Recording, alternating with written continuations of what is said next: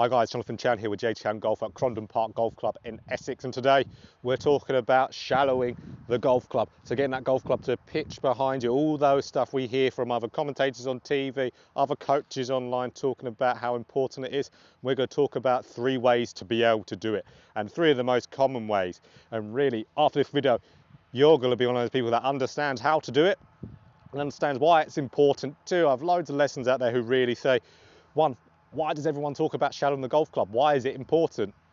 Really today we're going to know why it's important and how we're going to do it. So let's really get into that. Before we do, please make sure you like and you subscribe. It really helps my channel out a ton. And if you want 3 to 4 golf videos out there are really easy, nice to understand golf instruction, JChownGolf is your channel. So press that subscribe button, you won't be disappointed. So shallowing the golf club, we're going to do this in 3 different ways. There's not one way to shallow the golf club, as many of you might want to believe.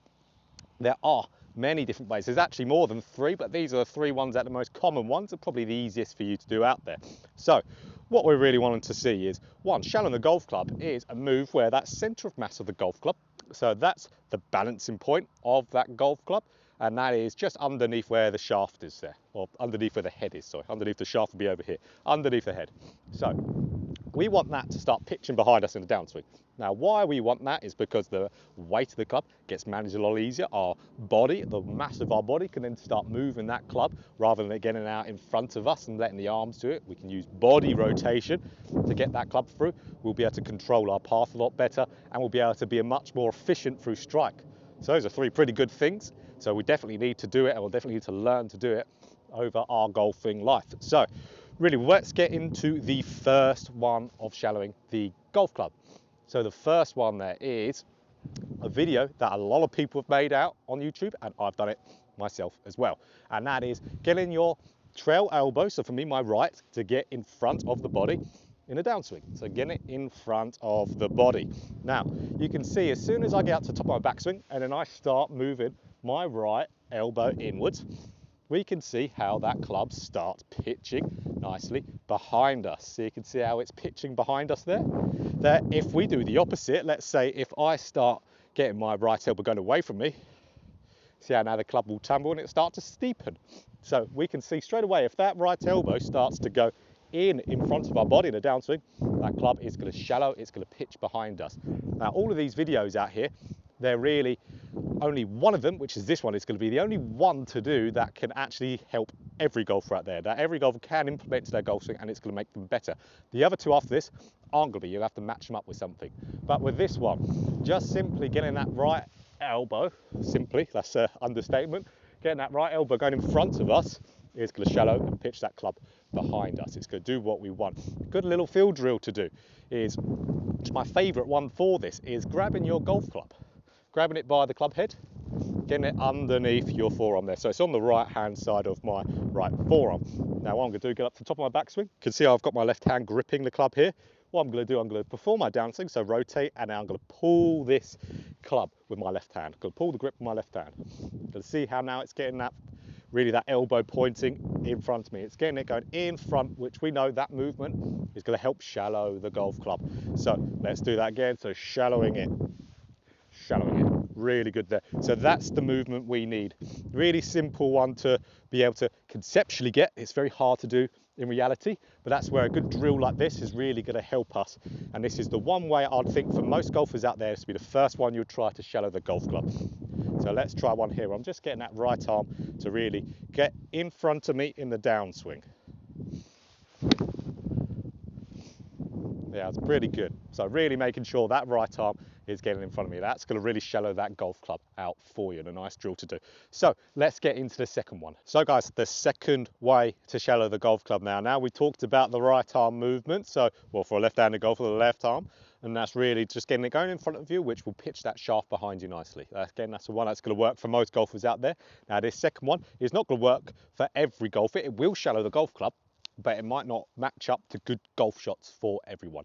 Now, this is flexing or bowing the left wrist as we're going down, so your lead wrist. So for me, my left going down. So kind of doing like a Dustin Johnson-y type of move, or even like a John Rahm down there. So really where I'm flexing, just like I'm revving on a motorbike, So where I'm doing that, and that's really, again, you can see there as I'm going down my downswing, that's getting the shaft to go behind me. So then again, if I do the opposite type of move, if I start cupping that left wrist, so getting extension into it, going down, you can see how it's doing the opposite effect. It's getting the shaft to steepen out there. And if I get it to bow and flex, can see how that shaft is now pitching, that center of mass is popping behind me. Now, why that doesn't work for everyone. They'll always shallow the golf club, but that won't work for functional golf shots for everyone. So let's say if you're a golfer with a stronger grip, so where your club face is fairly, let's say on the stronger side through your golf swing, if you start flexing your left wrist going down, that golf club is going to get very, very shut going into impact. It's going to get really shut to where all you're going to do is hit left ones and left ones fast. So you can already imagine if you've got a stronger grip, that's not going to be your way. You would want to be doing the first one more than not. So if we've got, let's say, more of a standard to a weaker grip, so let's say when you're looking down, you're looking at your 2 knuckles to maybe even like a 1, like a John Rahm, this will be a brilliant one for you to do. So let's say you are the weaker knuckle, like a John Rahm. Let's do a John Rahm backswing, so really short. But you can see if I start shallowing or I start really flexing that left wrist, that club is for sure going to shallow behind me. And if I've got a weaker grip, that club is going to square going down from this movement, because as soon as I flex my lead wrist, the club face closes down. So if I want to shallow and I also want to get that club face shutting a little bit, this is going to be a great move for you to do. So you could have a standard, maybe slightly on the weaker standard, or weak grip. This is going to be brilliant as well for you. This is one that I will do a little bit in my golf swing as well, because I have a weaker grip. So it's really, you've got to have the right grip for this type of movement in there. So a good little feel for this. So yeah, we can have just a general thought of kind of like you're revving that motorbike as you're going down, really revving on that handle there. That will really give you that feeling. Or if I was wearing a glove at the moment, I'm not, but let's imagine I am. And we'll say I've got my glove logo on my left hand there, so on the underside of my left hand. Now, if I'm gonna shallow that golf club through flexing that left wrist, I'm actually trying to get that let's say the logo there, pointing more at the ground as I'm going down.